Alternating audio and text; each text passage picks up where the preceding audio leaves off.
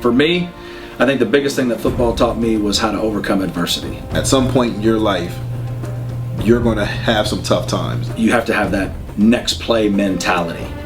That cohesiveness and that working together, that's really something special that you can't get in a lot of other areas. When you practice that and you live that in other phases of your life, it becomes second nature because all you know how to do is fight. It's not an easy game. If it were easy, everyone would do it. You start to appreciate the smaller contributions that people make. You don't just look at the big one because you knew it took 6 or 7 other guys who are unsung. And you can't take shortcuts and be successful.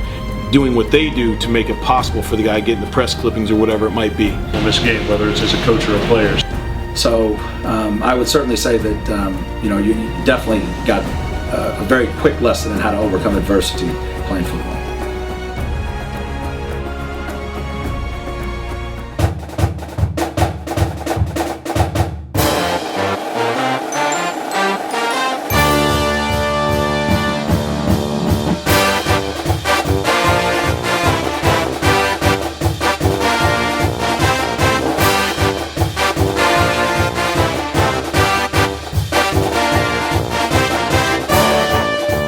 Welcome to FootballGameplan.com, where football makes sense. I'm Emory Hunt, the czar of the playbook.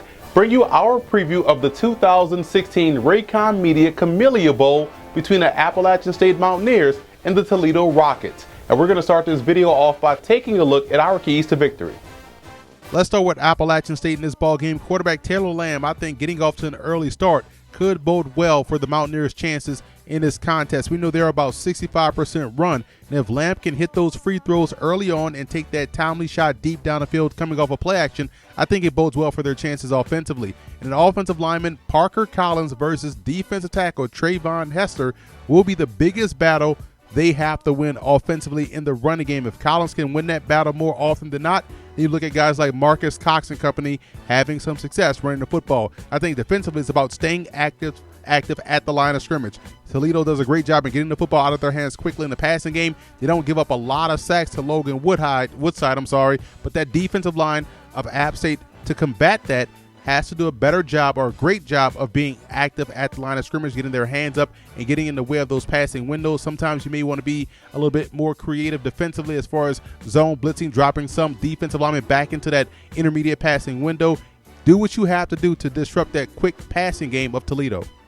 And for Toledo in this ball game, I think their third down defense has to excel in order to knock off Appalachian State. This is a great rushing football team. If they can't get off the field, they allow App State to sustain drives and slowly matriculate the football downfield, then this Rockets football team will definitely struggle to win this bowl game. And offensively, I think they have to move the pocket for Logan Woodside. Give him different launch pad spots in the passing game because they're going to face a front seven that does a great job in applying pressure. This is a pressure style defense that's aggressive, not only on the front end, but also on the back end. So I would move that pocket for Woodside left to right, give him different launch pad spots to get rid of the football. And defensively, again, it's 11 guys to the ball. When you're facing a football team that runs the football as well as Appalachian State with two outstanding tailbacks, you have to play great team defense. 11 guys have to swarm to the football and meet that running game at or behind the line of scrimmage.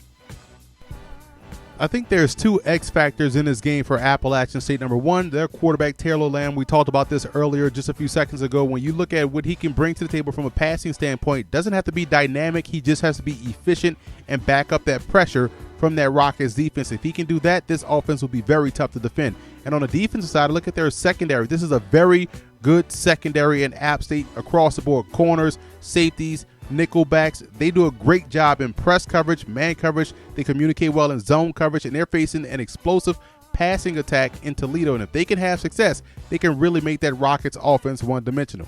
And for Toledo, I look at their receiving core being the biggest X factor. This is probably the toughest test yet all season long for this passing game against that App State secondary. So you look at Cody Thompson, a tremendous wide receiver, tight end Michael Roberts at 6'5", 270, having to have success over the middle of the field to open things up on the outside for Thompson. So if they can win those one-on-one battles and create that balance for this offense, then Kareem Hunt and company will do what they do best, which is run the football coming out of the backfield. So I think the receiving core will play not only a big role in helping these guys generate big plays deep down the field, but also opening up holes in the running game. Now here's a look at some of the top NFL draft prospects you want to keep an eye on in this ball game. Again, you're going to get treated to two outstanding tailbacks in Marcus Cox and Kareem Hunt. We talked about Michael Robinson, what he brings to the table over the middle of the field. One of the more underrated tight end prospects in this year's draft class. But along the line of scrimmage, Parker Collins, Trayvon Hester, Storm Norton, those guys you definitely want to keep an eye on in this contest.